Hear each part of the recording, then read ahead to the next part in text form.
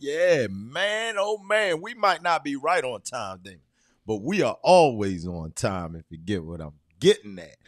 Yes, sir, man. Welcome, Black. Welcome, Black, to all the zoners out there, man. We are about to bring you more information and always inspiration for the people right here on Grand Day Baltimore. We coasting into episode 97. I'm Joseph Garner along with Damon Williams over there. Good times out here, man. Good times. How you feeling, man? You feeling good? Good, man. All right. Listen to a little Stevie Wonder.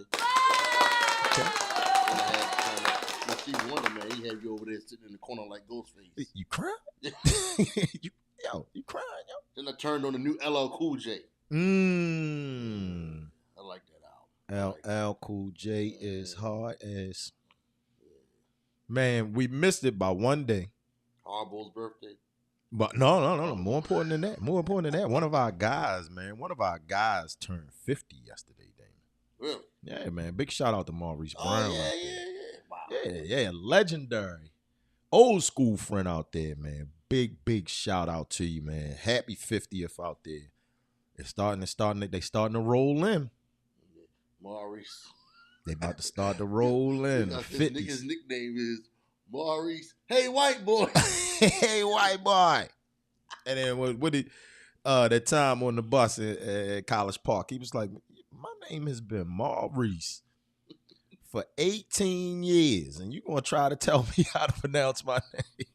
That was a classic moment. Yes, We've been talking about that since 1993, man. It's Morris. Good stuff, man. Good stuff. That classic battle. If you anybody out there that knows, man, when you go away to college, you have that battle on pronunciation. You know, how do you say things? And man, Baltimore, we used to get the blues, and we weren't even the bad. You know, I mean, you know, I use my do's and my twos, but I was never a Doug person. No. We said zinc. dog. Yeah, Zinc. we never said zinc or anything like that. Nah, we weren't those guys. But man, water and all that. No. People hate the way we say the word do and to. It's crazy. It is crazy. They love it. They truly love it, though. Good times. They love it. Good times, man. Well, look, how about this, Damon? How about this? I saw this. Before we get into the show, right? You gotta laugh to keep from crying sometimes out here, man. All right. This group, this couple, ex-couple, I don't know. What do we call them? I don't know. What are you talking about? All right. They're trending. Take a look. I think I know what you're talking about.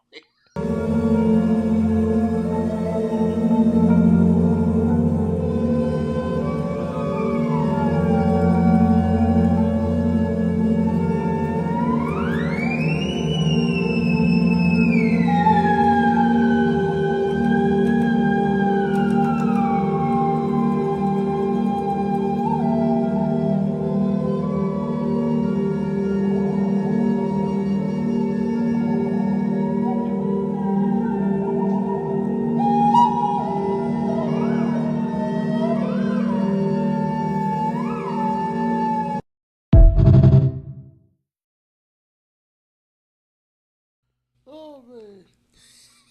I mean, they smoke some good grass. Yo. They got some. Hey, yo. What is going on out here? You know, I would ask which one is stranger. I don't know, because I don't think it's an act with either of them. I think he's more weird than her, though. She's not weird. Unique. Like Unique, that's what we're calling them? Yeah, you don't call them weird. Unique. I would say that we know people like Erykah Badu. I don't know if we know any guys like him. Like Andre? Nah.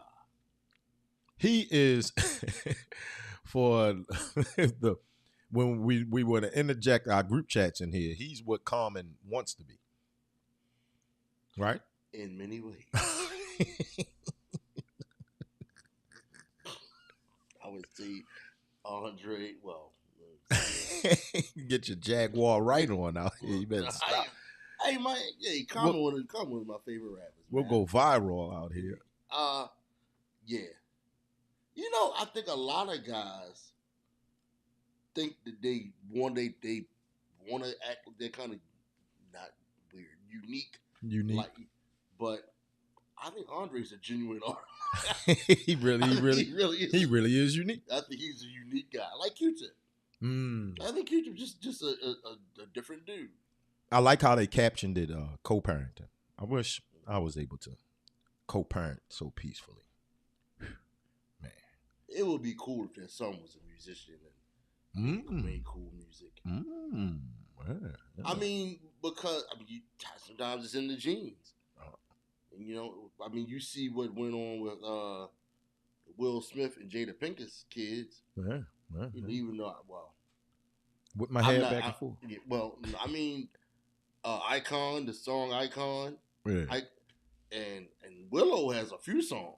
Yeah. Like I said, with my hair back and forth. That was the jam for him. Wait a minute. That's Kayla's song. Wait a minute. Oh. But I'm saying they have legit good songs. Yeah. So it'd be cool if what's that song's name? 7? Yeah. It'd be cool if he had like good music. Had some music. Well, you see, as fam, we have reached the bottom of the hour out there. It is 1:30 in the liquid lunch hour out there, man. Hopefully you are pounding back something that is covering your ice right now, man, and enjoying the time off. Yeah, enjoying the time off at work. Hey, we see you out there, man. Go ahead and smash those thumbs up for us. Smash those like buttons for us.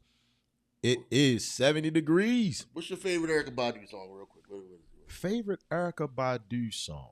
Man, I don't know. Mine is, ironically, Other Side of the Game, which he's in the video for. Andre's in the video for it. Yeah, that's a good one. Good throwback song to put on the playlist on September 24th out there, man. Good throwback song. Autumn is in full swing. It was raining this morning. Yep. Might get a couple more showers this afternoon. Damon, how you feel? Hoodie weather. Yeah. Both of us got our hoodies on in here. Yeah. We hoodied up. I mean, it's about that time. Fall is here. Yeah. How you feel? I was out in the rain last night, as a matter of fact. Yeah, your boy had lacrosse practice. Yeah. Titus had football. And he's like, they're going to cancel practice, Dad. This isn't. And I looked at him. The look I gave him, I said, yeah, okay. I said, man, there is no way in the world. There's nothing better. They are canceling football practice, man. You are out there in that rain today, brother. I do take sick pleasure in telling kids, so we're not going to play. I said, they only cancel baseball. That's it. That's it. You mean to tell me that I'm going to play soccer in the rain? Absolutely. Absolutely. We're going to run a track meet in the rain? Absolutely. Oh, man. There was some. Football? Absolutely. It doesn't rugby. It doesn't matter. You're in the rain. It doesn't matter. Cross country. In the rain.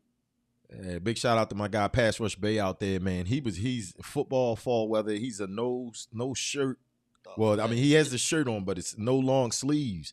And man, there were games where it was just, man, it's pouring down. I mean, it's fall, so the weather starts to get a little chillier. It starts to rain. Yeah, man. Man, I'm like, man, all right, I'm gonna do it one game with you. I'd only lasted one game. I got to cover up, man. I never understood those individuals who could embrace the cold temperatures, no problem like that. Look, man, you played soccer back when we still had seasons in Baltimore. Mm-hmm. And, in high school, them games would go late.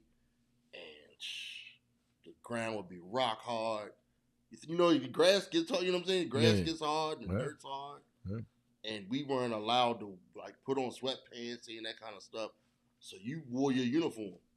And if you were on that bench, you just froze. Cold, sitting on the knot. Yeah. Just sitting. They had all them crazy rules and stuff.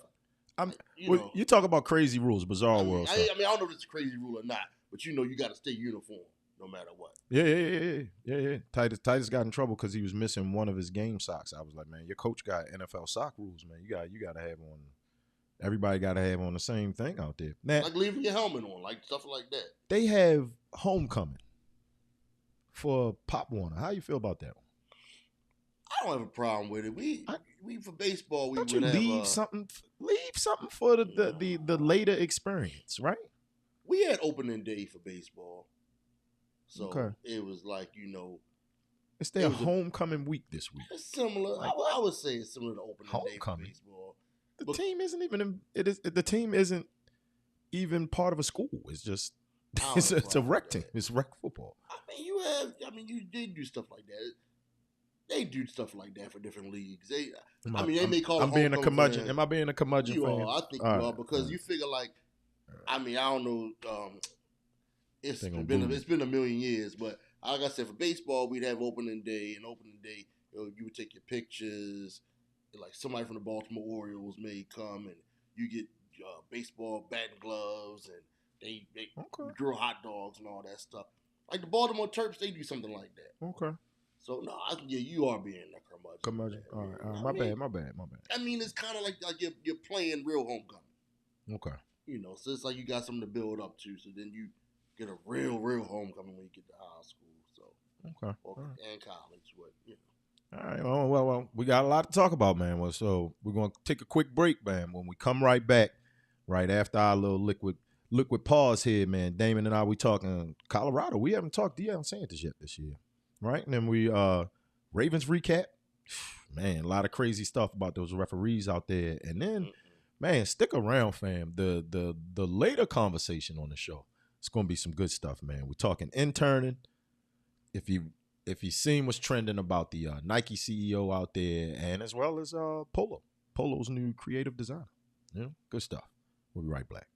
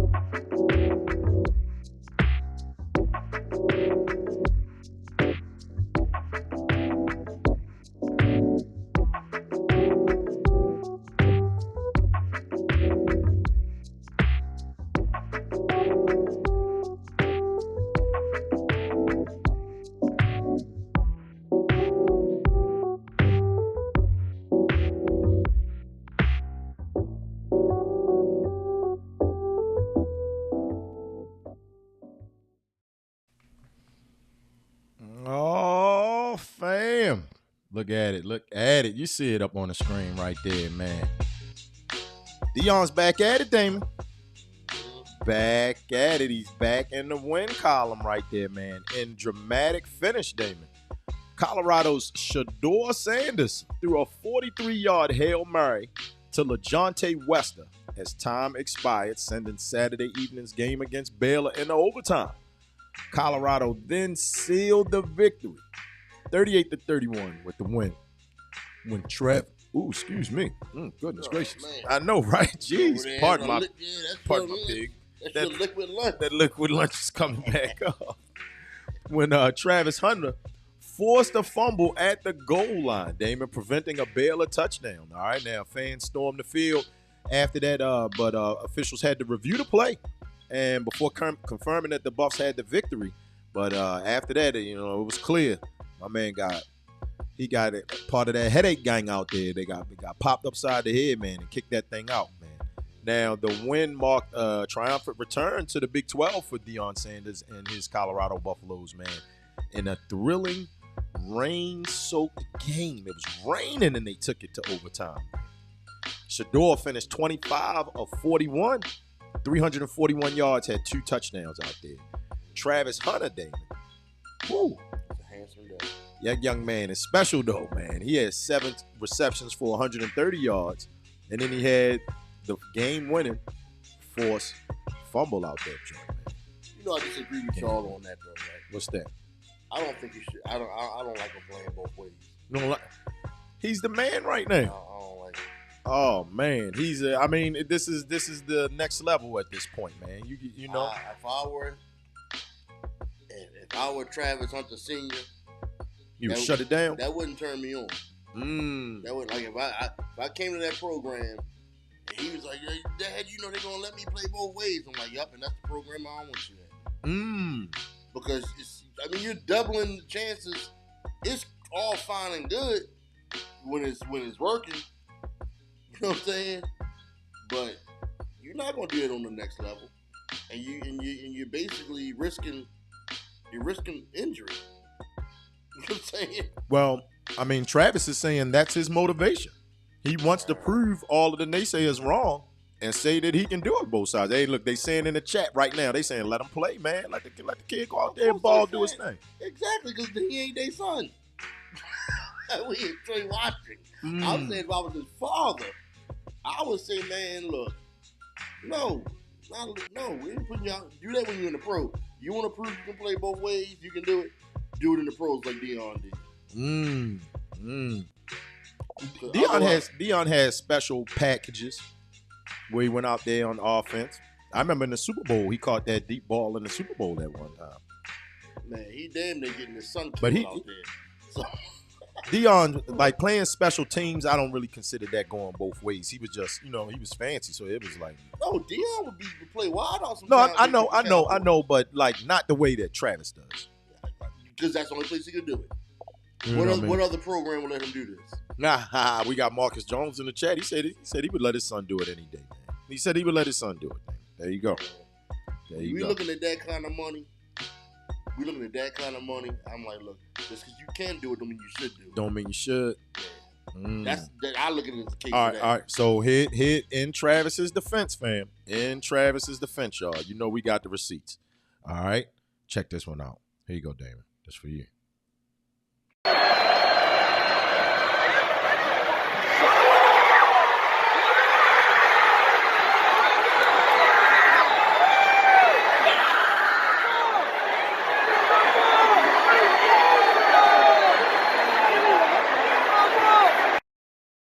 You can't take that kind of defensive prowess off the field right there, man. Yeah, that's why I would have him play defense. On the goal line, and he's a DB, popping somebody like that, making them fumble. Look at the quarterback just sitting there. He's just like, oh my, I can't believe this. I can't believe this just happened. Why? I'm not being a hater. But how much of this you think he would do in the SEC?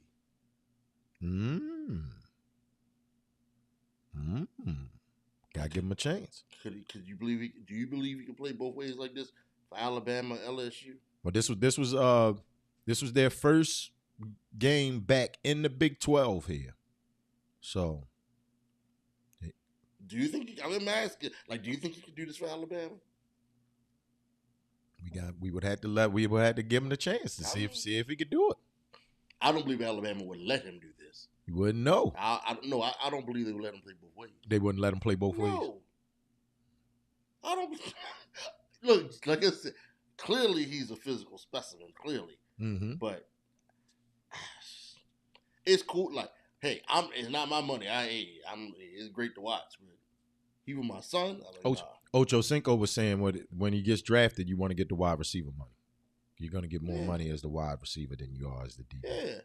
I mean, you're basically, I have no better word for this, but you're basically a spectacle.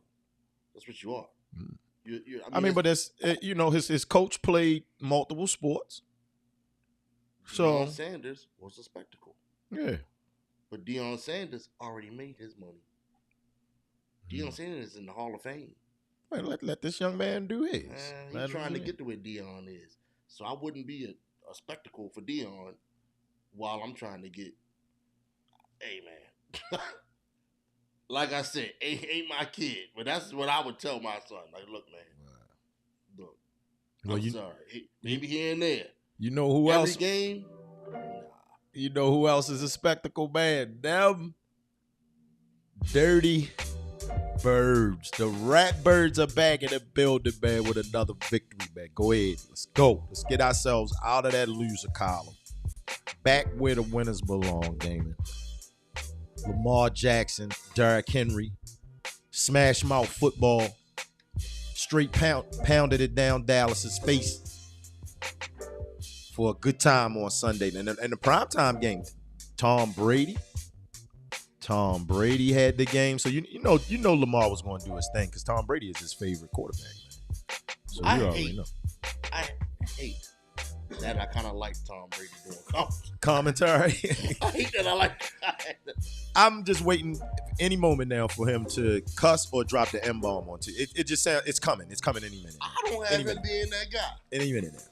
I don't have him being that guy. You have him being that guy? He sounds like the locker room guy to me. Like Tom Brady. The M-bomb? Yeah, he'll say it in any conversation. I got him. Oh man, I hate that I feel this way, but I got him saying.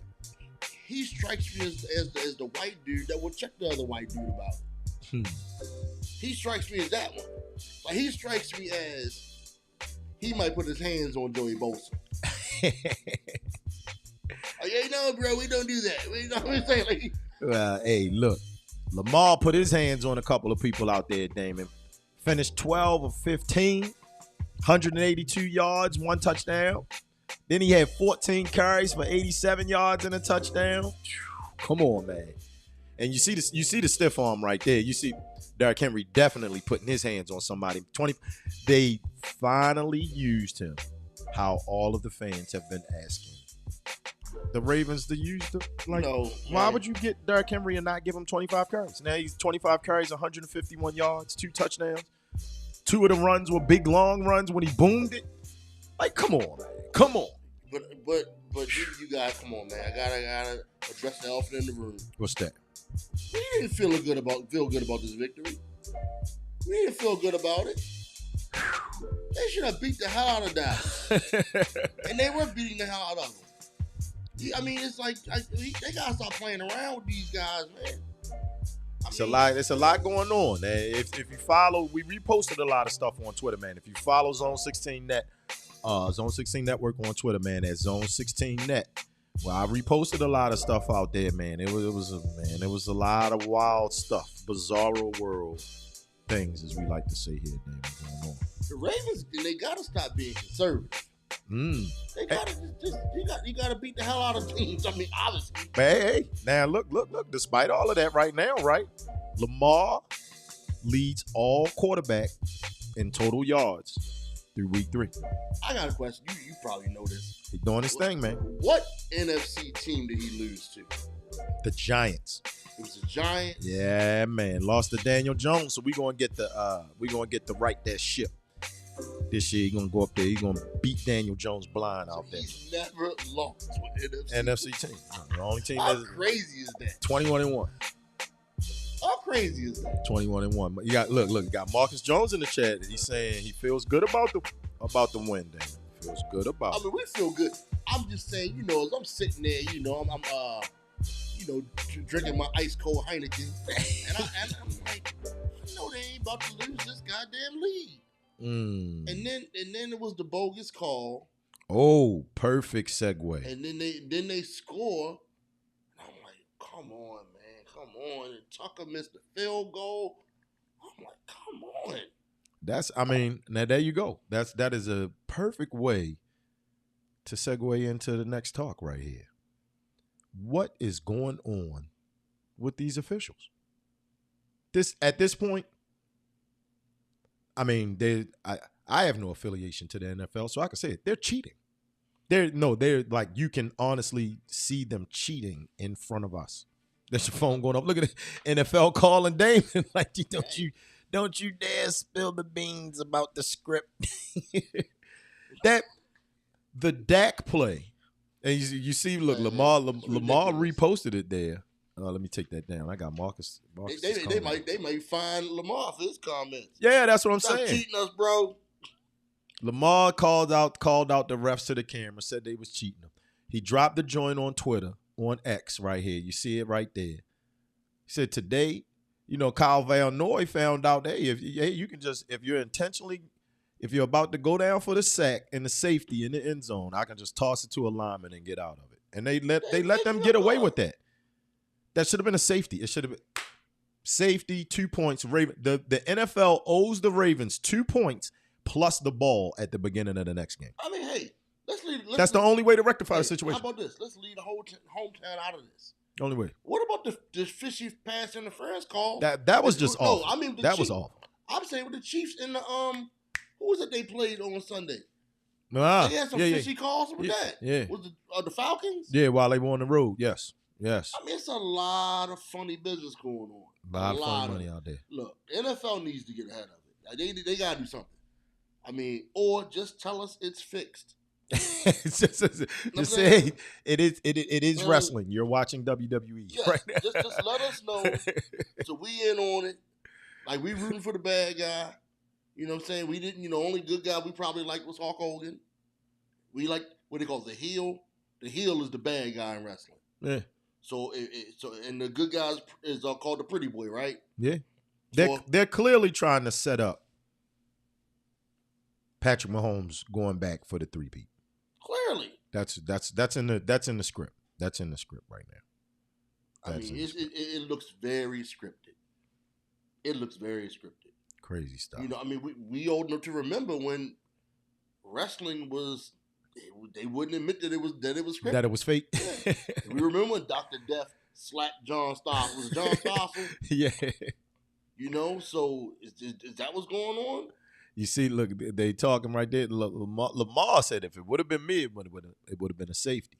And they knocked him out of bounds last week and they wouldn't call. They didn't call him roughing the passer.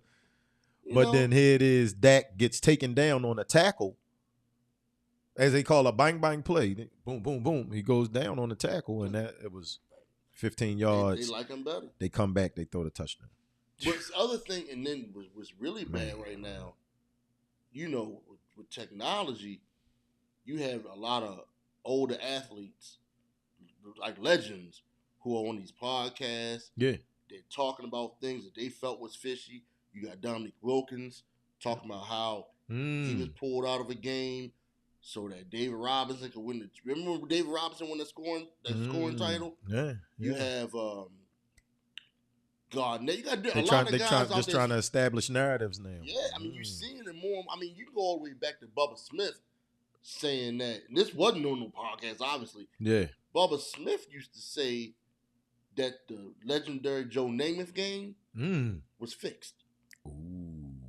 So I forgot. So obviously we weren't even born yet, but I believe Johnny Unitas was pulled out of the game, and they had the guy play who wasn't as. Somehow along the lines, they were trying to establish the league because the NFL was beating the hell out of the AFL. Look, they saying in the chat. I understand what you're saying. They saying in the chat that it was a loophole for the safety no safety call. What loophole? How do you have a loophole in the rule? Intentional grounding is what it is. If no one is available, if there's no receiver in the area, it's intentional grounding. There was no receiver in the area. We don't care if the lineman caught it or not. That was intentional grounding. He was throwing. Who was he throwing the ball to? The lineman? No, we already knew that the lineman was an ineligible receiver. He was established as an ineligible receiver because he was a lineman. He couldn't catch. So you know what I mean? It was that was bull. It should have been 2 points for the Ravens, and then they should have kicked the ball back to the Ravens. It should have been the Ravens' ball. It's intentional grounding. And I think they need to clarify what pass interference is. It's crazy. They need to clarify. There's a lot of things they need to clarify. Because this is clearly a day of double standards. Double standards. But like I said, you have these athletes speaking out now about things that went on when they played. And I used to think I was half crazy. When I would watch the Lakers and the Kings play back in the day, I almost broke my TV one time watching the Lakers. God damn it. Throwing a phone at the TV. Because it looked like a fix. It's the refs, man. It's the refs. Shaquille O'Neal and Kobe Bryant was winning them first championships. It looked fixed. To me, it looked like a fix. And then when I see people, I wasn't the only one thinking this. And then you see things coming out, these documentaries about the referee. I think it's Donahue, is that his name? Yeah. Who was fixing games. Fixing the games. And he's real coy about the whole thing about what happened to him and his money and stuff. And who knew he was fixing games. So clearly, He's saying Marcus Jones is saying since the lineman caught the ball, it made it illegal touching. Okay, but still, he was already ineligible, so it doesn't matter. It doesn't matter. It was already ineligible. He was not eligible to catch the ball, touch the ball, do anything with it. So since it happened in the end zone, It should be a safety. There should be no loophole for that. How about this? The NFL just made up complete and utter bullshit because the referees didn't know what to do in that situation. Well, how about Lamar Jackson was hit out of bounds last week and they didn't call it? They didn't call it. They didn't call it. Flat out. Man. They knocked Dak Prescott on the ground and they called it. They threw the flag. Gave Prescott another opportunity. In the AFC Championship game last year, Patrick Kelce spent the whole game taunting.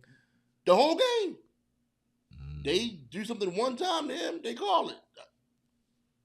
It's a lot of inconsistencies. It's a lot of them. Crazy, man. Just let it look, man.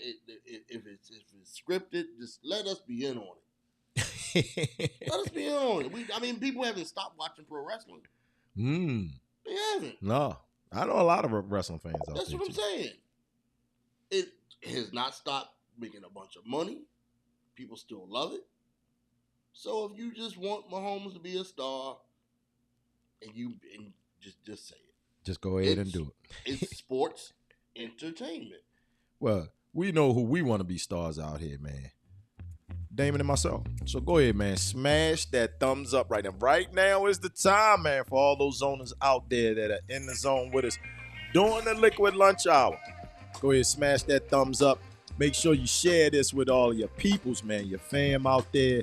Mom Dukes, Pop Dukes, aunts and uncles, all the cousins, all the family out there, man. Go ahead, man. And, follow us on all platforms. You can see it down in the description, man. Souls of men and women out there.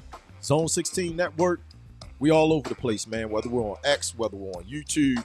Hey, if you're watching us right now on Instagram, come on over to the YouTube channel, man. Zone 16 Network. It looks a little better. You get to see Damon and I, our wonderful mug. We getting ready for the OnlyFans page. It's going down, man. Oh, yeah. Get my feet ready. Yeah. It's going down. Share it. Like it. Subscribe. Good times. How about this one, man? We got 3 people so far, Damon. That's the craziness. Uh-oh. Yeah. We got 3 people so far. I got to find it. Now I can't find the daggone. There it is. Nope. There we go. Boom. Come on, fam. Send it on through. Send your information to info@zone16.net.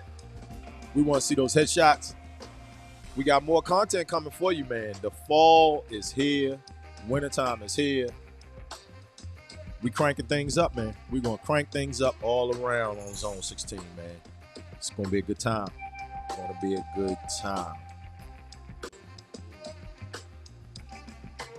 What was the Damon said he's going to do the vampire movie. What was it? Yeah, that's right. Vampire. About the bloodsuckers of the poor out there. Well, the slave makers of the poor. Well, that's a different kind of vampire. Yeah. They get us shadow banned or for real banned with that one. Well, guess who did not get banned out here, man, and was able to move it on up, man. Well, this one goes out. Hey, big shout out to Derek Lindsey out there. He's the only Morehouse grad I know, other than Martin Luther. Well, I don't personally know MLK or anything like that. But this one's a nice story right here, David. This one's a nice story right here, man. All right, fam. So Ralph Lauren has made history. All right, now you ask why. All right, Ralph Lauren made history by appointing its first Black creative director in the brand's 57 years of being in existence. All right, now James M. Jeter, who you see pictured right there on the screen, man, has been named creative director of design and brand direction for men's polo at Ralph Lauren. All right, Jeter started his journey with the brand as a teen. He was working in the rugby store, Damon, in Georgetown. We already know. We already know about that. I like that young man already. We've been to that store a lot of times. All right. He later graduated from Morehouse College and then joined Ralph Lauren as an intern, Damon. All right, now, fam, we want you to hold that part right there in your mind because the next 2 stories that we talk about here, we're going to get into a real deep one about interning out here. All right. In 2020, Jeter shared his concerns about diversity with Ralph Lauren, all right, himself, which led to his promotion as the lead designer of the Morehouse and Spelman College collection. Now, I do remember that. I do remember Ralph Lauren having the HBC. Yeah, they had the HBC. Nice. So he did the HBCU stuff. All right. Now, with that capsule, he launched it in 2022, and it celebrated the rich history of the HBCU collegiate style. Now, his new role, right? With his new role, Jeter hopes to inspire others to continue to pursue their dreams, saying, hey, man, if I can do it, you can too. There you go. So the new creative director for Polo, I kicked the table. Oh. It's a black man. Black man is the new creative director for Polo. How about that one, man? How about that one? About damn time. Yeah, yeah. I mean, especially after all the contributions that we have given. Yeah. I look at it in the background. You see the good counsels. I wonder if he's a good counsel grad. Being, you know what I mean? If he was working in Georgetown as a teen. Could be. Gotta look up more stuff. Gotta look up more stuff about him, man. Young man doing this thing out here, man. Like Xavier in school. Yeah. That's one of our brother's schools. Oh. Or sister, brothers. Okay. Yeah, but I the only reason I didn't buy any of the Morehouse or Spelman stuff is, I mean, I went to an HBCU, so there was no way that I was wearing their stuff. Well, I'll tell you this. I'm not gonna wear their stuff. Well, I think they had Howard. Did they have Howard? I didn't go there either. So it doesn't matter. If they don't do Morgan, then I wasn't going to wear it. Yeah. But I will say this. Just colleges in general. I love Morehouse's gear. I love it. Like that deep maroon. The maroon. Yeah, I like it. That maroon and white. And that polo, that line they had, that was nice. That was real nice. Like, if I were a Morehouse guy, well, I'd have had that shit. You'd have had it? Oh, yeah, absolutely. I'm partial to the orange and navy. Go Bears! Partial to the orange. I mean, I don't have a pony in the race. Man. But I would say Morehouse got the fly stuff of the HBCUs. That color, them colors, it's hard to fight that. Like, I would wear Grambling. I would wear some Grambling stuff because I actually wanted to go there. I wanted to play for Eddie Robinson when I was a younger man. I did. I just think Morehouse's stuff looks regal. It looks regal. You know what I'm saying? Those colors, you know, it's just, and then what you could do with it. Like, you can have those classic sweaters and the blazers and stuff. It's regal. It does. it just does. You know what I mean? It's, you know, those colors, because there's not a lot to play around with. Like, I really like Norfolk State's colors, but they, you know what I'm saying? But it's so that yellow and green. It's, you know, yeah. That Packer combination. Yeah. It's a weird way to play with that. Blah. Yeah, can't really wear that one much. I mean, I appreciate the collegiate preppy look coming back in style. I mean, you know, that's us, man. That's, you know. It ain't ever gone out of style. I guess it didn't. I mean, did it? It did for a little bit, man. The whole skinny, it's never out of style. That whole skinny, ripped up jean look with the chain hanging from your belt, that kind of became the thing for a while, and then, you know. I mean, I'm just saying, preppy never goes out of style. Preppy never goes out of style. No. Okay. I mean, because it's you know, it's collegiate. You know what I mean? It's a prep look. You know what I'm saying? Okay. I don't think it goes out of style. I mean, you go to a college preparatory school or something like that, you got to wear it anyway. You got to wear your topsiders or docksiders, your Sperry's. You know what I'm saying? Yeah. Your sport coat. Yeah. So that look never goes out. That look never goes out. No, the clean varsity jacket, varsity jacket with the button up. Yeah, you know, the sweater or the sweater over top of your button up, sweatshirt over top of your button up. It's like people would say to us years ago, like when preppy became trendy, you wearing khakis? Why you wearing khakis? We like, khakis to us is like sweatpants. Yeah, we always did. You know what I'm saying? Bugle like, boys. We are bugle boys. Well, you have a cardigan. Why you have a cardigan? A cardigan just like a hoodie to us. Corduroy. You know what I mean? We can tie in the dark. You know what I'm saying? Like, I'm working on that right now with the boy. I'm teaching him how to tie his own tie. Man, I have a neighbor. You know, you know what I'm talking about. Mm-hmm. I had to teach him how to tie a tie. Mm. Think how old we were. Yeah. Yeah, I mean, it'll be an older age. He didn't know how to tie a tie. I was like, and wow. you know, I try not to be insulting. I try not to be, but you know, sometimes it's all you know. It gets lost. They be like, damn, you know how to tie. I mean, no, Come on, man. Okay, my question to him was, where have you been in life where you never had to tie a tie? I'm sure James Jeter knows how to tie a tie. You know what I'm saying? Mm-hmm. You know what I'm saying? Yeah. It's like you ain't go to church. Like you didn't have to go to a private school, private college prep school, or Catholic schooling to learn how to tie a tie. Don't. No, not at all. You ain't been to a funeral. Yeah. You ain't been to church with your grandmother.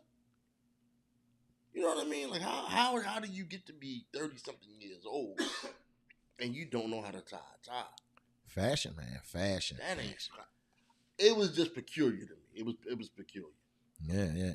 Like, I ain't saying you got to know how to tie a bow tie. That's next level there. Yeah.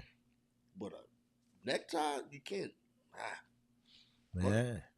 Well, big shout out to James Jeter, man, and congratulations on becoming the creative director for Ralph Lauren, man. You got a lot of fans here in Baltimore, man. We a Polo City, man. We like to wear it up here. We do it big. What if somebody bought you a Morehouse sweater? What would you do with it? I'm gonna re-gift it. I'm gonna re-gift it to someone. What about Howard? I'm definitely re-gifting the Howard. Man, come on, I might man. wear the Howard. I might wear the Howard because the cousins went there. My cousin, you know, I might wear the Howard. My rule is this: if it's a gift, I'll wear it. Okay. And I have a relative, someone close to me, who went to that school. I'll wear it, with the exception of Duke. There you go. All right, hey. Peep this one out, man. Choose one of these options right here as a gift, man, for somebody out there. And we'll be right back after this break.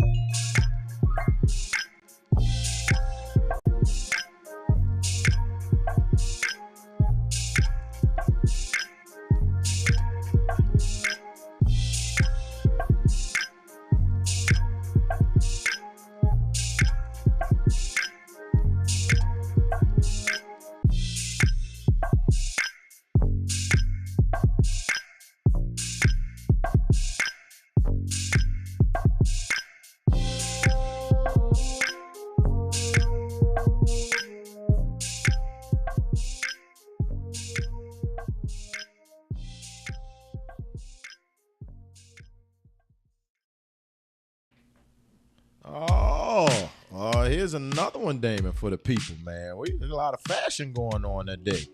All right. Nike, Damon, is shaking up its leadership as the company faces rising competition and slowing sales. Elliot Hill, a former senior executive with 32 years at Nike, will return to take over as president and CEO, replacing John Donahoe.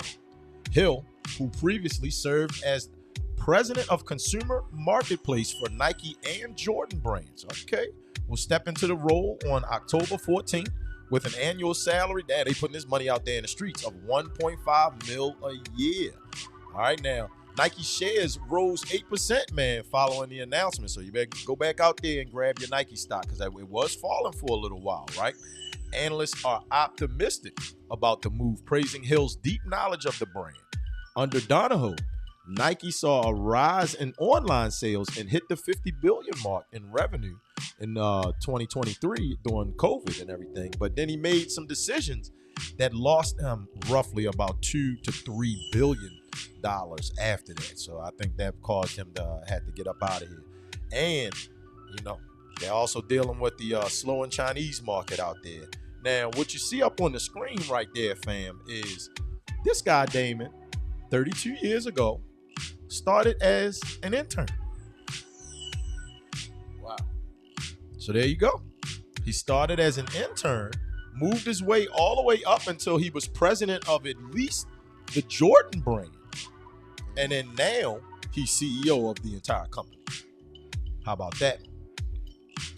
How about that? I mean, you gotta admire, somebody sticking to it like that. Yeah. Now, fam, this is sparking our conversation right here because we have just seen two individuals now that we have talked about in the last two stories here where they began as interns and now they're, major movers and makers in the actual companies, organizations, brands that they're dealing with. So how you feel about that one, Dave? I mean, you can never knock anybody for, he's starting as an intern and moving. I mean, Eric DeCosta right here with the Ravens. Ravens, yep. You just Mike McDonald. He started as an intern, moved up to defensive coordinator. Now he's the head coach at the Seattle Seahawks. So.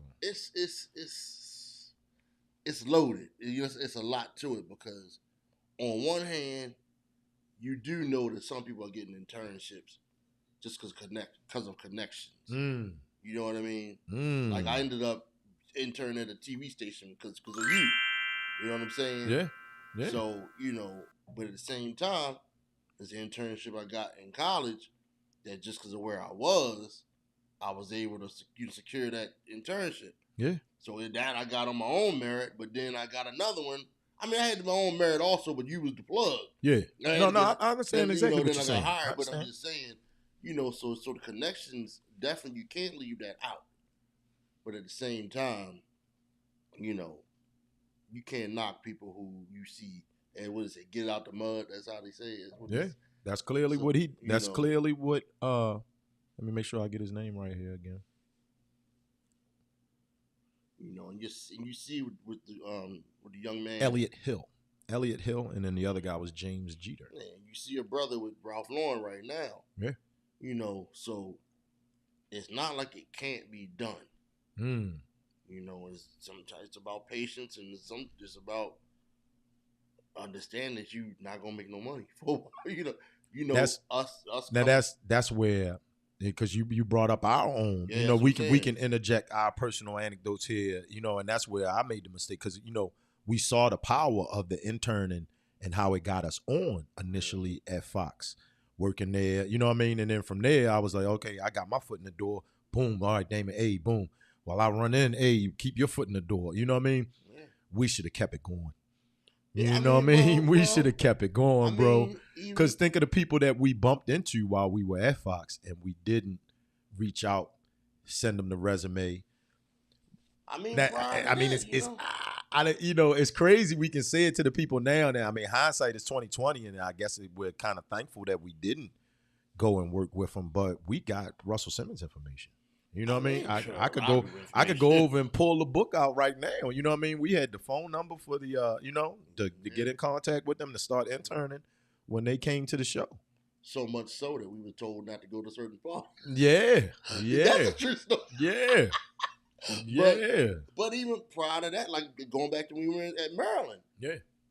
It was I don't know, does it still exist? BMG Music Group. I had this internship for a hot second with them. Yes. Ironically, I went back all the way back to the Diddler. Back when he was, we haven't talked about this. The Diddler. I mean, this is true. This is honestly, this is one of the reasons I kind of, while he's an interesting character to me. Yeah. I remember, and you and I have discussed this a bunch of times. I remember seeing him just in magazines and videos and all. And I wonder, like, who is he? Yeah. Like, why is he always in the mix and he ain't rapping, he ain't singing, but he clearly is a mover and shaker. Like, he's in the mix. Mm-hmm. So, just started reading about him. And then when he got fired from Uptown Records, it gave his whole story. So, he started as an intern. He started as an intern. So there was a career fair at Maryland, and BMG Music Group was there. They had a table, and I secured this internship because I was kind of following the path that he had. That's what it was. That's why I did it. Yeah. So I didn't stay with it, but there are people who we know personally who did that. They started as interns, ended up being executives in the music industry. Yeah. Irv, that we know personally, but somebody who's famous, Irv Gotti. Absolutely. Kevin Lyles. that's there. It's a Big lot. Shout out to all the Woodlawn grads it's out a lot there. of it's a lot of paths that did that. You know what I'm saying? Like famous people.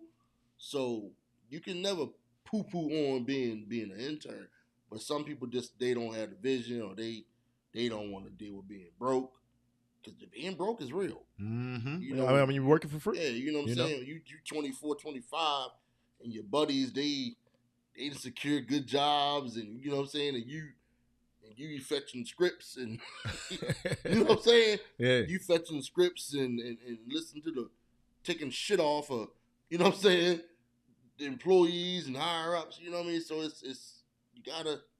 But I mean, we you have a stomach for it. You do. We seeing now with Elliott Hill. I mean, it takes it sometimes it takes years. It takes years. Yeah. You know, it takes years for it to pan off. I mean, even like in sports, the same way. You know, there's some guys from Baltimore who they rose all the way up to the executive levels. Mm-hmm. But you know, they start. You know, one particular started as a ball boy, and everybody ain't gonna do that. Yeah. Everybody ain't gonna do it. You know, on one hand, yes, there's gonna be that favoritism. Gopher. But we know a lot of stories of black men and women. They just played the long game. Yeah. You know. Well, there you go, man. Because you said some black people. Sorry to cut you off. You said some people were complaining about a guy at Nike, right? Yes. It was on. So let me take this down and we'll go back and talk about it briefly. So I saw it on Black Enterprise, and you know, people were complaining and saying, you know, unfortunately that you know, people of our complexion don't always get those opportunities. And I mean, we started it off with Jeter right here. You know what I mean? Jeter, you know, he interned and he was able to, you know what I mean? You got to suck it up a lot of times. You know what I mean? You got to be a gopher. Go for this, go for that. You know, you have to be that individual. You know, but in my life, I've interned 3 times and I've saw them be productive. The last of which, you know, it left a little bit of taste in my mouth. I was interning over at Morgan on the coaching staff. And I had, you know, I was anticipating the opportunity to start moving up on the, you know, in the Division I college coaching ranks. Then, you know, COVID kind of came and messed everything up. And then the coach that brought me in, he eventually left, went back to the NFL and everything. But I didn't have an opportunity to build that rapport with him. I mean, even similarly, your experience as a grad assistant. Yeah. Where I believe one of your coworkers ended up being the Giants, working for the New York Giants. Yep. Escalante. Yep. You know, and sometimes people see a path that others just don't see. You know, and it's not always He took advantage of the NFL minority coaches program, and they let him go for the summer to train with the Giants. Yeah, so sometimes they say it's that coaching fraternity, but sometimes some people just they play that game. They play it the right way. Yeah. You know, they understand they don't want to be a gladiator. They want to be coaches. They want to be executives. And I chose to be head coach over that. I could have stayed. I told you. I know. I told you don't do it. I told you don't do it. I know. I chose to be a high school head coach, man. Oh, man. It's all honorable. It's all honorable. Yeah. But here we go, fam, man. You know what we like to come with towards the end of the show, man. We like to talk about all of those important people out there, man, who have born days on this day and those little known actual facts, man. So you see them scrolling across the screen up there. How about this one, Damon? Born on this day in 1894, writer and sociologist Edward Franklin Frazier. He's born in Baltimore, Maryland. He's most well known for his book, The Negro Family in the United States, which analyzed cultural and historical forces out there.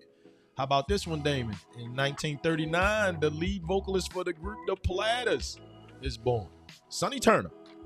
Happy birthday, man, on this day. Happy birthday. All right. How about in 1964, Damon? Donald Earl the Great, a.k.a. Devontae Swing.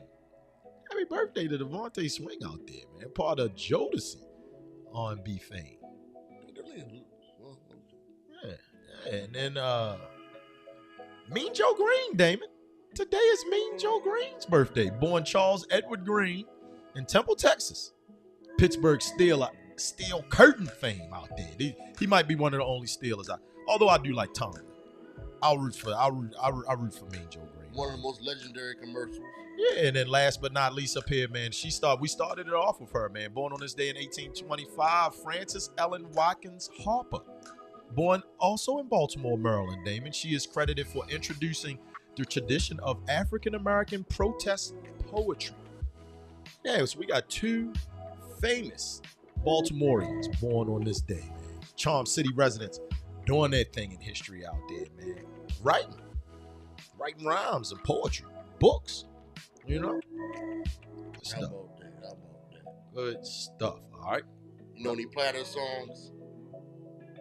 I do not. Okay. I do not. How about also on this day in our story, Damon? All right, little known actual facts out there, man. Joe Louis in 1935 on this day, Damon, becomes the first black boxer to draw $1 million to the gate. They paid $1 million to go see him pound somebody into submission out there. And then also on this date in 1957, Damon, President Eisenhower ordered federal troops to protect the Little Rock Nine. Yeah. To prevent interference with school integration out there, man. At Central High School, they walked those young ladies and young men to school out there, made sure everything was okay. You know he was black, right? Who that? Eisenhower. He was black? Yeah. Oh. I have this book. I believe it was called the three black presidents. Or 4 black American presidents, something like that. It's an old book. Yeah. But it claims that Eisenhower, Abraham Lincoln, I forgot all of them. But anyway. That they were black men. But Eisenhower's lineage, they can like track it. They can track that he's black. Abraham Lincoln is fishy. Like his mother is real mysterious. Where it was Abraham Lincoln looks like a black dude that's passing though. And look, I'm looking for it right now, and I forgot to load the graphic up. But you know we always talk hip hop before we get out of here, and 2 very, very slick albums came out today, Damon. Yeah. Rick James. Nah, man. Oh, it's hip hop. Yeah. The Roots, Philadelphia Half-Life. Oh, that's a good album. I know. I'm like, damn, I forgot to load the graphic up, man. And Tribe Called Quest, The Low End Theory. Oh, those two bangers, man. 2 bangers. So, hey, if you're out there on your ride home, man, during the liquid lunch hour, man, make sure you go ahead and jam some Philadelphia Half-Life up there. I see Ray Askins in the chat, man. Hey, listen to some Dice Raw today, shorty. Listen to some Dice Raw. Some Malik B. Yeah, man. It's all the good stuff out there, man. You a Low End Theory or Midnight Marauder fan? I'm actually People's Instinctive Passive Rhythm guy. Oh, look at you. You're fancy pants over here. Pants over here. People don't talk about that album enough. Fancy pants. I probably like Low End Theory better than Midnight Marauders. Yeah. And it's the first album I played when I started driving. Like first time I went out legally driving on my own. Yeah. Marcus was with me, matter of fact. Yeah, drove across Liberty Road to Canfield. I left my hood, went to his hood. I crossed the tracks. Good times. Hey, man, look, that's enough, man, for us out here, man. We got to get out of here, man. We got to do the adult thing, go get kids from school and all of that good stuff, man. And we got a lot going on for the rest of the week. So, unfortunately, we won't be back until next Tuesday, man. So we want y'all to stick around, hang around, come back next Tuesday with Grand Day Baltimore. We out of here. Peace.